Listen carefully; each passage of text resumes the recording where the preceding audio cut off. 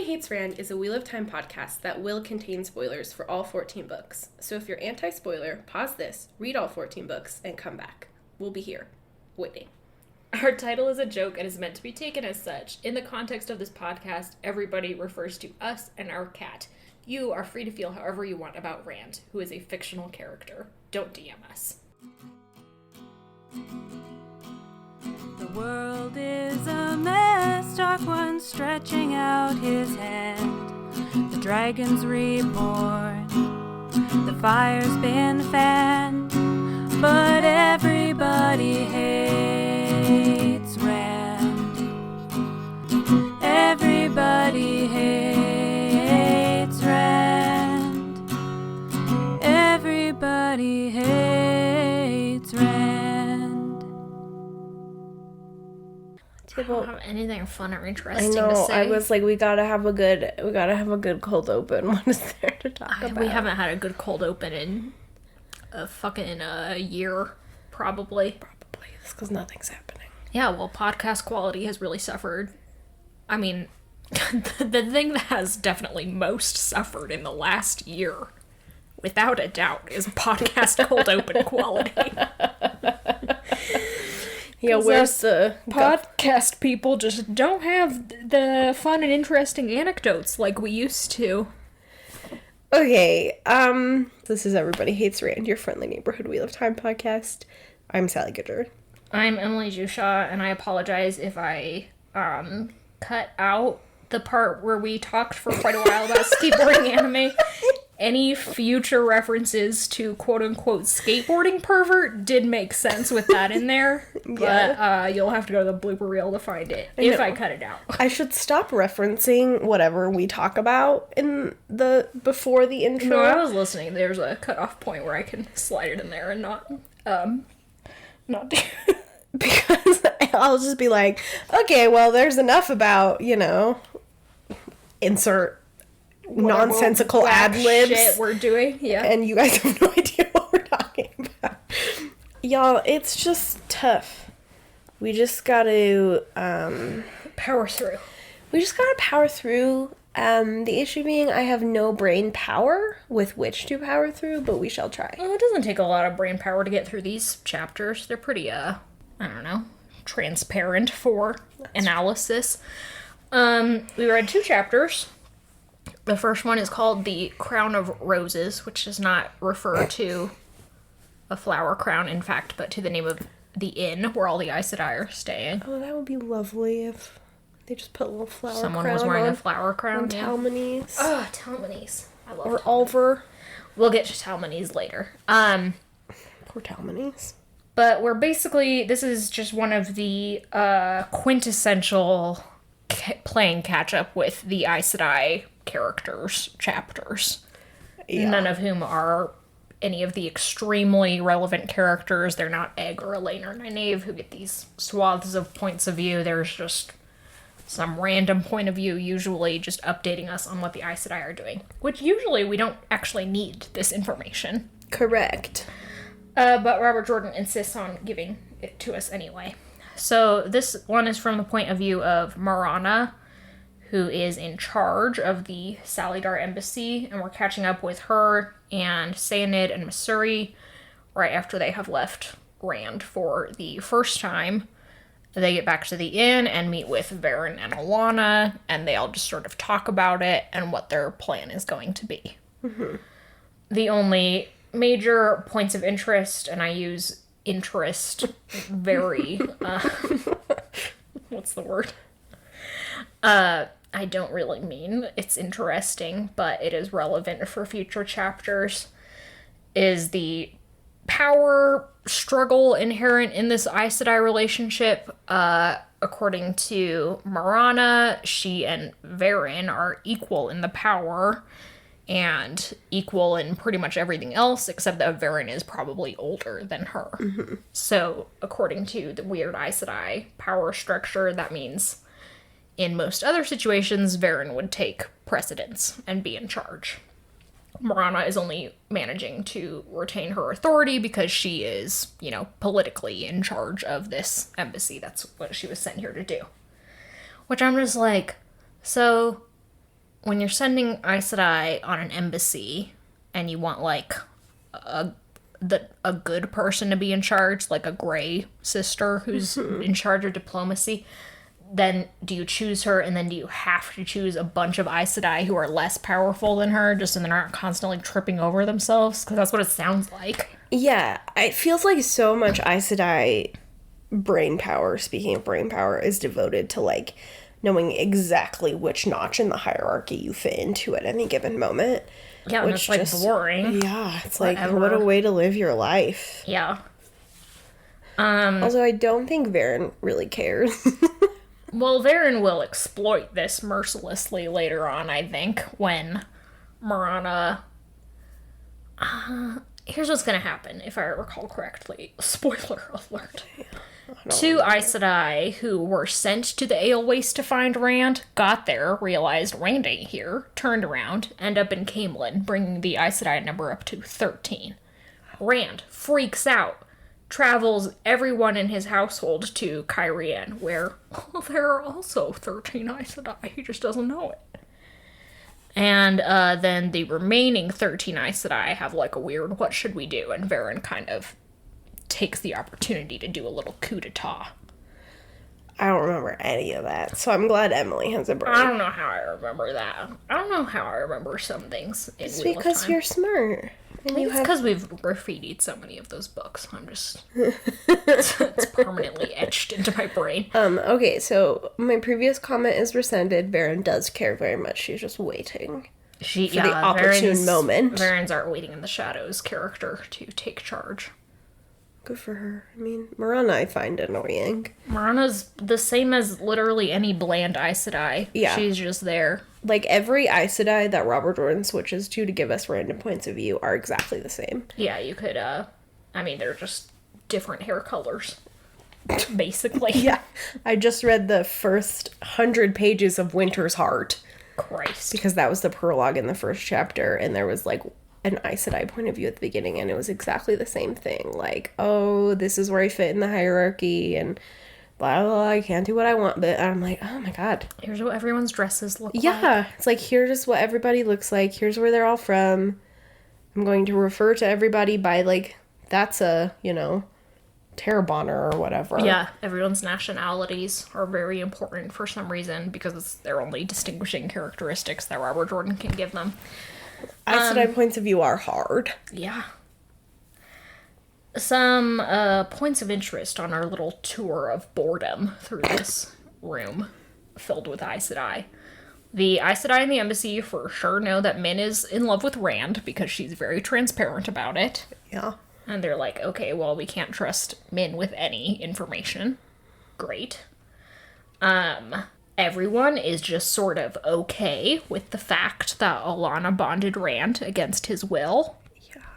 They're like, well, they're basically like Varen. They're like, well, that wasn't very smart, but it hasn't worked out terribly, so you get a pass. Yeah, like, Marana at one point literally is like, well, it isn't, like, too short of rape, you know, but, like, it's working out in our favor, so I'll forgive you. And it's like, what the fuck is wrong with all of you? Yeah, they're all basically like, it disgusts me personally. Don't worry. Robert Jordan wants you to remember that I am technically one of the good guys. So it disgusts me personally.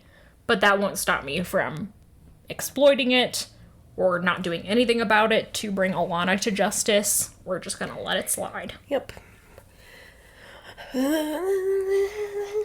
And lastly, the strategy that the Aes Sedai employ in order to, they're like, we just have to put Rand on edge so he'll start talking.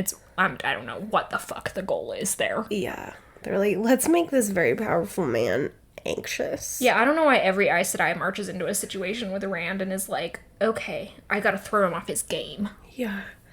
I would like the global dictator who is going slowly mad to stay on his game, if possible. I would just like to have approach. a single conversation with him in which I'm not lying to him. Yeah. And ideally in which, like, there's nothing about, like, establishing trust. What? Which is the theme in the next chapter. Sorry, I sounded like that. It's very good. Yeah, no one gives a shit about that. It's all just about manipulating him, which, I mean, really, their strategy is to throw him off his game, so they're like, we're just gonna get in touch with a bunch of Andorran nobility who are here in the city, who, with the exception of Diellen, are a bunch of bad guys. Mm-hmm. Bad guys who were subservient to Ravin in his time in court. The Aes Sedai don't care about that. They just want to, like, get something started in Andor. This will inadvertently start the civil war in Andor. Yeehaw. Aes Sedai do not give a single shit about that. It is not... They are not, like, connected point A to point B, cause and effect, but reading it now, knowing what happens in the future, it's like, oh, well, this isn't great for all these noble people's weird superiority complexes. Yeah. Maybe they'll band together and start a war. Perhaps. You just got to love that the Aes Sedai just don't care what happens to anyone as long as they can intimidate Rand. Well, it's just like, you've got Robert Jordan's weird stereotype of women with political power, which is what every fucking right-wing American male thought of Hillary Clinton during the 2016 election. She is a sociopath. She just cares about power. Somehow she's also an emotional wreck. Mm-hmm. We can't trust her. There's no ethics there. They'll betray everyone. It doesn't matter. Yeah. And also, they're a little bit dumb. Somehow they are all of those things. Somehow they're all of those things. Women are complex. See, we're feminists. We violently hate women, but in a feminist way. Women are dumb and mean. Don't get it twisted. They can be multiple things at once.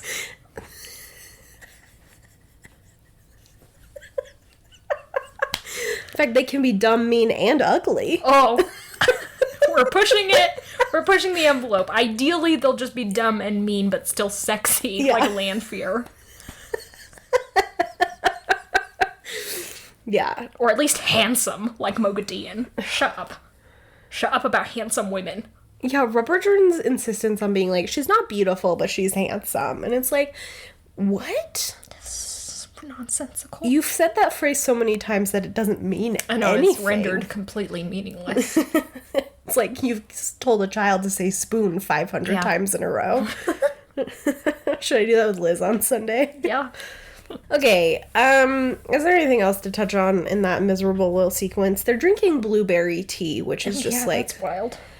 I know there are berry teas, but I just feel like blueberry would not make the best tea. I don't know. I don't think I've ever eaten a blueberry. Just raw. Do not like blueberries. They are one of the very few foods that I don't like. I'm usually pretty, you know. Yeah, you're very fruit friendly. Yeah, I'm very fruit friendly. Not me.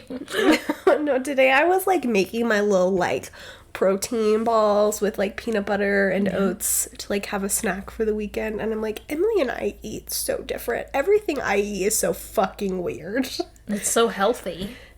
Sally's like doing all this health food shit with fruit and vegetables and like whole grains, and I'm over here just like chomping chocolate chips out of my hand like a horse.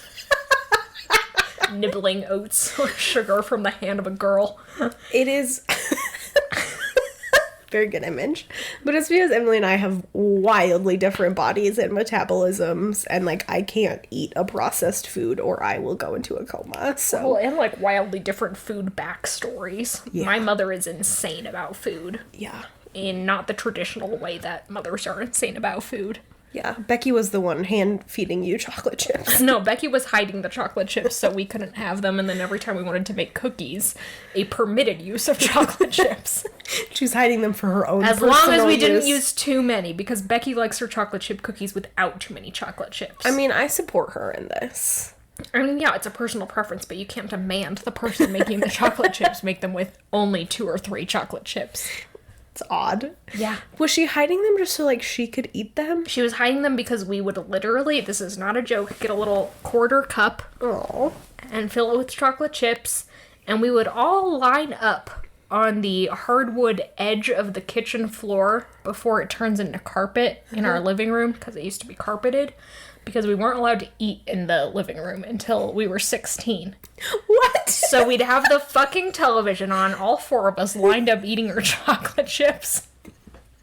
There's something very Dickensian about this, you guys. We were like a bunch of orphans. We'd like just got home from the chimney sweep.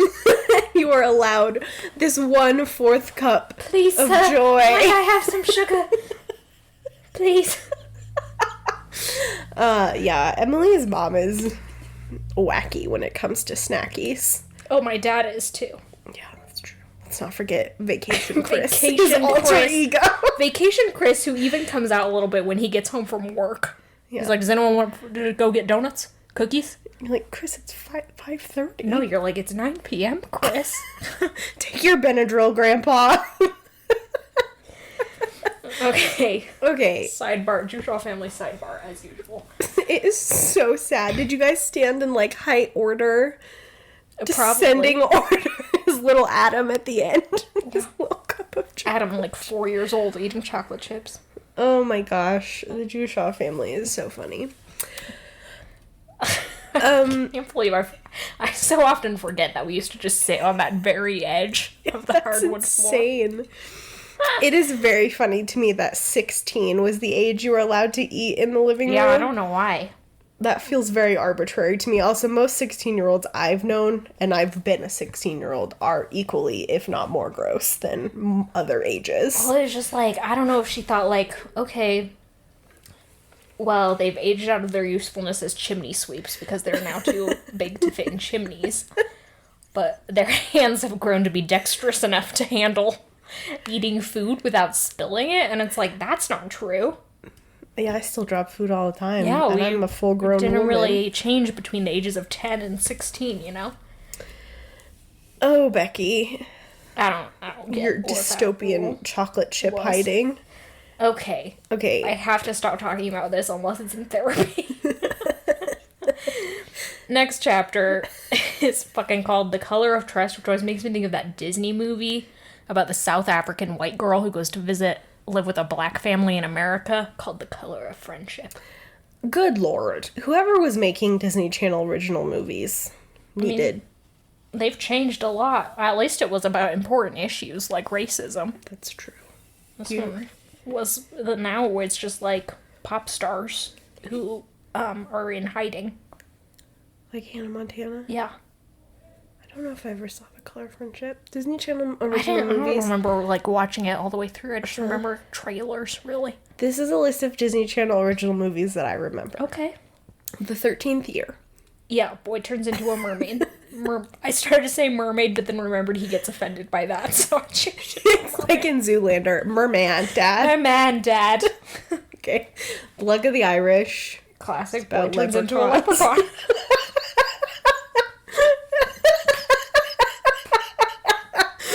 Okay, Oh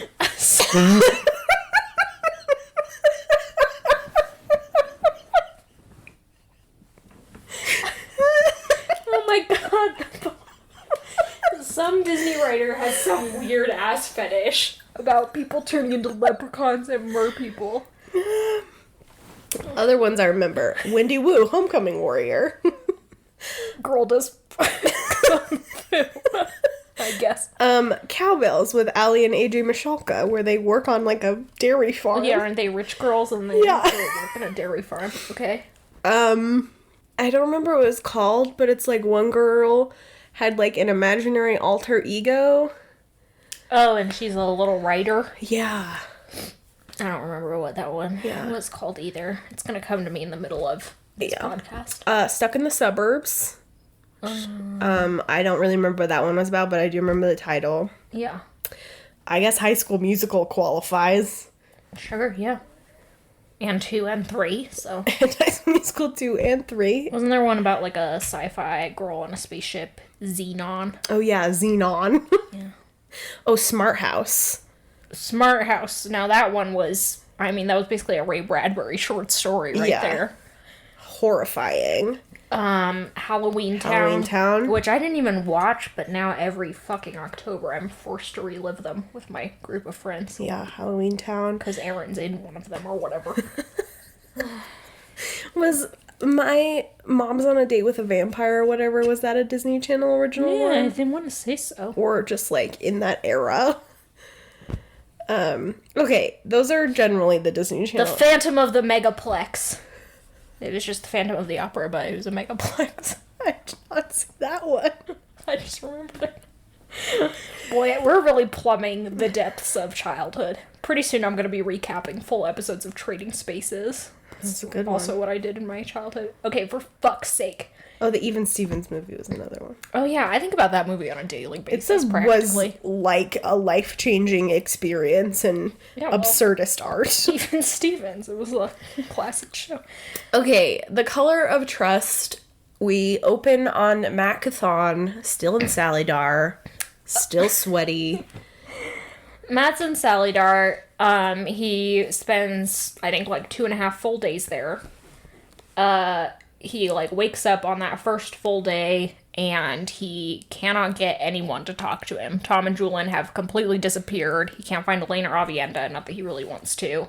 Nynaeve's hiding from him. He can't see Edwene because she's just in her office. So he's just like, what the fuck am I, like, doing, you know? Yeah. What's anyone doing? So he spends his days just kind of lounging around. Eventually Vannon gets back and starts trying to gather intel for him with Oliver, who starts following Matt around. Because, well, why not? Pretending to be a warder Yeah. and wanting to murder Avienda. Yep. All the normal healthy traits of a 10-year-old boy. He's got 3 more years before he turns into a merman. 13th year, Oliver turns into a merman. What a plot twist that would be. At night, Salidar kind of transforms into this bacchanalia where everyone is dancing, including Aes Sedai and warders dancing with just, like, servants, which is a very, like, out there image after 6 books of the straight-laced political images of Aes Sedai and warders being kind of thrust on us. Yeah. And the first night, Matt dances or interacts with 4 women. First, he interacts with Halima, who he can tell creepily that something is wrong with her, just the way she behaves, the way she is sort of interacting with him. Which is sort of, you know, straight man, the, like, myth of you go to bed with a woman and find out, horror of horrors, she's transgender. Which is not... It's not anything. It's not anything. It's just a disgusting transphobic fear that straight men have. I mean, it's probably not exclusive to straight men. That just seems to be where that type of violence comes from predominantly. Yeah, if you want to learn more about this, Lindsay Ellis just put out a really interesting video on YouTube. I'm sorry, I can't remember what it is called, but she goes into the history of kind of the horror genre's way of categorizing trans bodies and how they appear and how, like, we've gone from Silence of the Lambs, where the serial killer is transcoded, to these, you know, goofy Seth Rogen movies where it's just like, you know, dumb dudes, oh my gosh, she's trans, you know. Yeah. Horror of horrors. So anyway, that totally covers it if you want to learn more about it. But Matt feels someone channeling as soon as he bids farewell to Halima, and, like, he whips around and she's, like, staring at him like, what the fuck? But he's like, well, she's not an Aes Sedai. Like, he goes asking about it, and they're like, no, she's just a secretary. So he's like, weird. Then he talks to Mirel, who starts out having a normal conversation with him, then quickly proposes that he becomes her warder and gets pretty pushy about it over the next few days, especially. But Matt's like, no, thank you. Then he runs into Swan, who he does not recognize as Swan. He hits on her. She's like, fuck off. I'm Swan Sanche. And he's like, ugh. I take my flirtations back. He's like, whoo, does a 180, runs into Leanne, who whips him up into a dance, and then is like, I'm Leanne, by the way, so at least she's honest about it. But then she does kiss him without his consent. It says he's too shocked to pull away, indicating that he would have pulled away. He doesn't want to kiss her. So just some casual sexual assault between good guys. Yeah, and these celebrations are happening still in response to Egg being raised to Amerlin. Yeah, I'm sorry if I didn't make that No, clear. it's okay. I don't know. In my brain, it's important to remember this is not what Saladar is like normally. Yeah. It's like we're existing in, Bacchanalia, I think is the perfect term for it. Well, yeah, and it's just like a reminder that Egg has been raised as Amerlin's seat very recently. Yeah. Like, we are still in her first week as Amerlin, I believe. Now, in all of this is happening, kind of present tense. In the background, there is sort of the intersection of music and memory, as there usually is with Matt. He hears a song and remembers its origin story, as he does with this one, because he's a man out of history in the Captain America sense. He remembers things from very long ago. So, like, he's hearing a song called The Color of Trust that, it said there are multiple verses, but the two we get specifically reference an Aes Sedai and the Queen on her throne. Mm-hmm. Apparently this goes on to be like, the love of your life is the final verse, or whatever, and the guy who wrote it, it was because he was betrayed by the love of his life. The drama. Yeah, very dramatic. But, since those are the two verses given to us, it is very transparently like, here is music in the background that is all about how you cannot trust women in power. You can't trust women, period, but especially Aes Sedai and, noble women. Mm-hmm. Obviously, these are two hugely important fears of Matt to his character, to just who he is as a person. He's very wary about magic in generally, but specifically Aes Sedai. And he is also very wary of the nobility, specifically female nobility. And who can blame him, really, when his two major interactions, are Elaine and Tylan? Yep.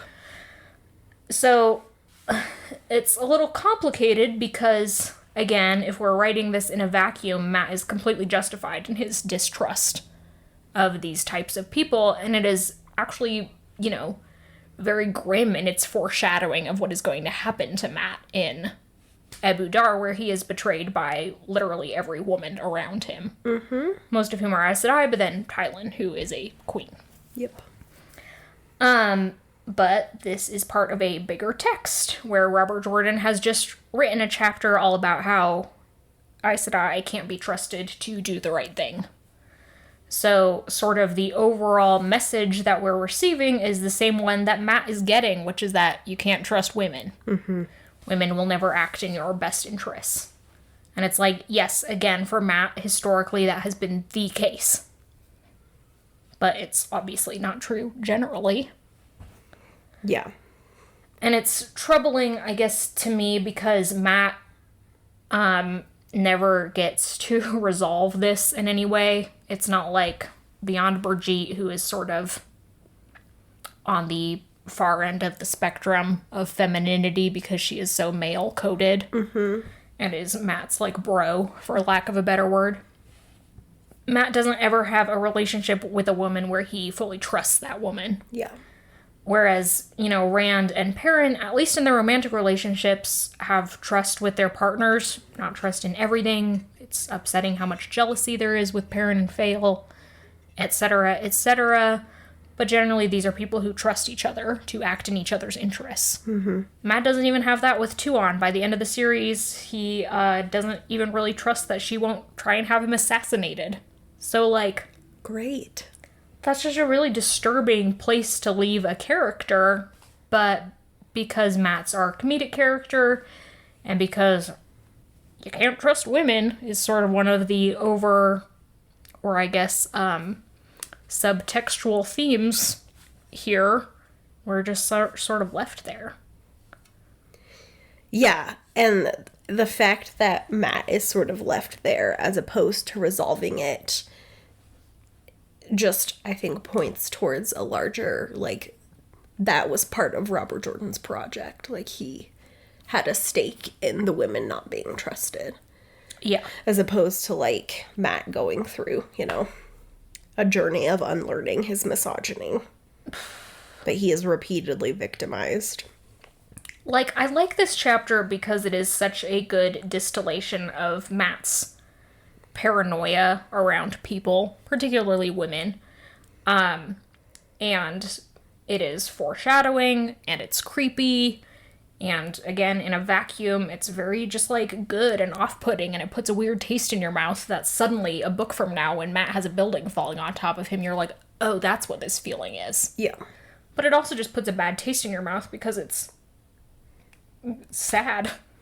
Yeah, it is sad, and I think, like, something that struck me when reading it again, so it's my second time reading it, I guess, just, like, it's extremely sad for Matt, because he is, again, repeatedly victimized, but it's also just sad that, like, these are the boxes that these all these women are interesting characters, you know, even if you don't necessarily like them, but they all have to be put in this box where they are manipulative and own up to their manipulation. At the end of this chapter, Egg is like, oh, we manipulated Matt, blah, blah, blah. And it's just like, I don't know, it just, yeah, it does put a bad taste in your mouth that it's like, these are the way the women have been boxed in because they've been written to be really vicious. Yeah, and it's meant to sort of set Matt up not only for his personal tragedies in Abu Dar, but for the repeated tragedy of him being a character who constantly goes out of his way to rescue women characters and who women can trust. Yeah. Essentially. I mean, even when he doesn't like her, he's saving Elaine's life. At the end of this chapter, he's going out of his way to try and give Egg, like, a leg up in the political structure. He can tell she's struggling, and so he does what he can. Mm-hmm. Like, he can be relied upon, and he just doesn't get that in return. Yeah, and it's so frustrating to get him through, particularly our main trio of women's point of views.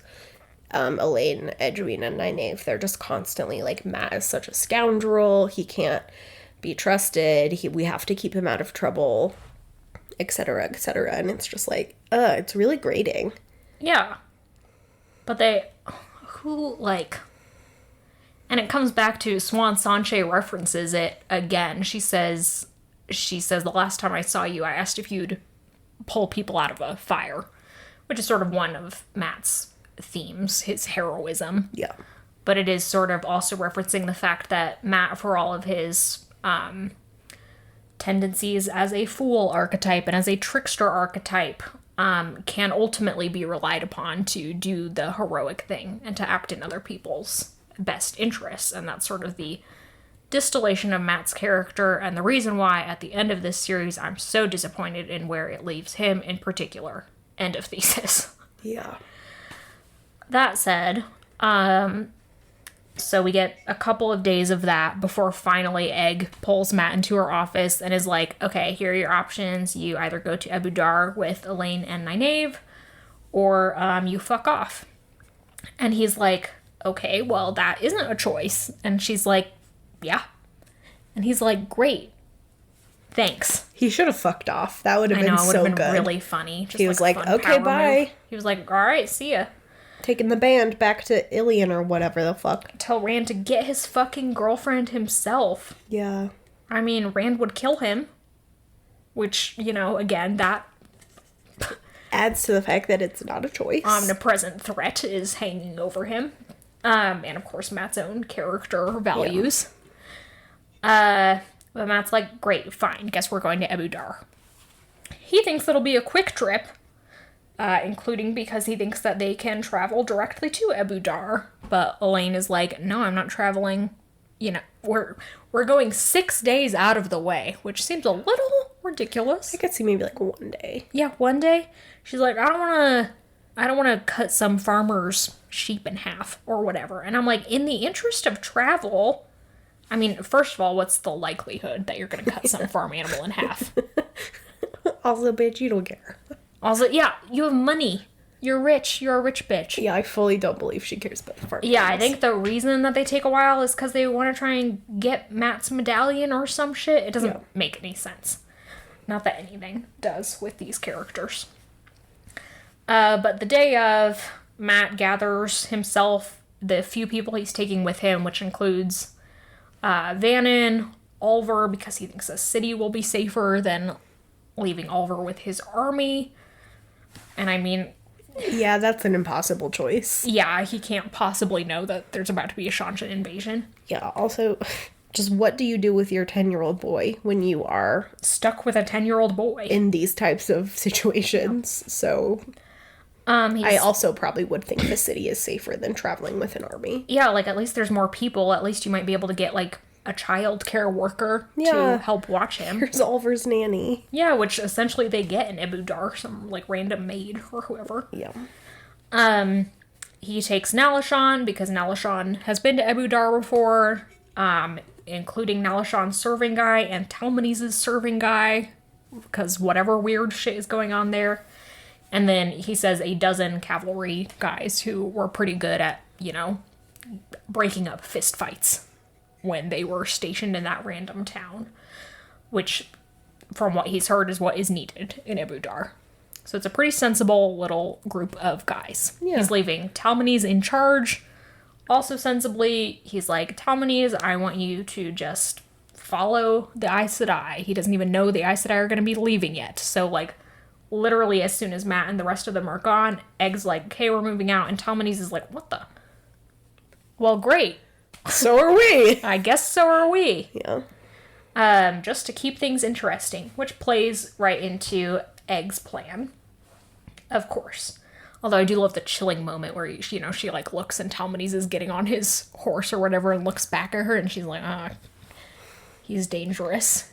And I'm like, yeah, he is. Yeah, he is. He's sexy. He's sexy and smart. That's one of Matt's boyfriends. Yeah, that's one of Matt's polycule. Yeah.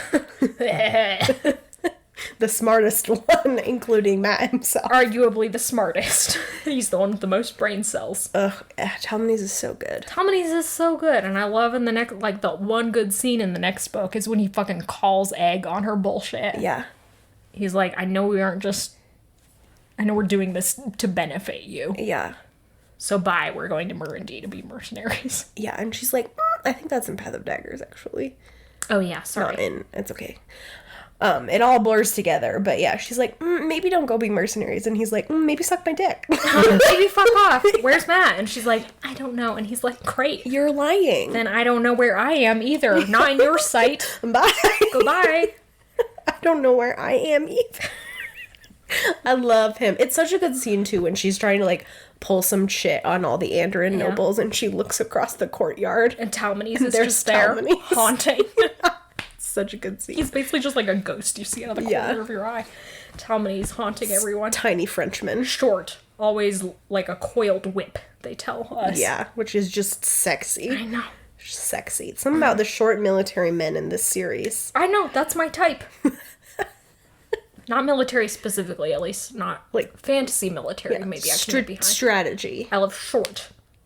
I love coiled whip. That whole body type. It's very good. Sexy rat. Sexy rat. Sexual rat. Sexual rat. That's gonna be nonsensical, so we will post the article we're referring to. Yes. So it doesn't sound like we're calling rats sexy. No. It's just small, sweaty, sleazy men. Yeah. Boy, am I about it! Oh. So... Sorry, we skipped all over the place, but basically Matt and that group takes off with Elaine, Nynaeve, Vandene, and Adelius, and their warder, and Brigitte, who Matt keeps sort of classifying as a warder without really realizing what he's doing. And Avienda. God, there's so many of them. And we're seeing the start of the tension between Vandene / Adelius and Nynaeve and Elaine, that sort of weird relationship that is Aes Sedai power dynamics that will also have to be worked out, etc., etc. Yeah, there's also this, Emily mentioned this, but lest we just skip over it, this is a scene where Matt makes his whole army kneel to Egg. I don't think it's his whole army. Sorry. I know, I always want to be like, it's his whole fucking army, but I guess it's just like a contingent of his the army. People that he's taking, and then Talmanes, which mostly I was remembering because then Talmanes just like rides off on his own to rejoin the army. Well, It's like, can't kill me, motherfuckers. Egg, I am smarter than you, is what he's saying. Yeah. And he says, I just don't happen to manipulate entire countries worth of people, so it doesn't seem like it. Woof. Anyway, we love you, tiny French boyfriend. This is a Talmanes stan household. That is true.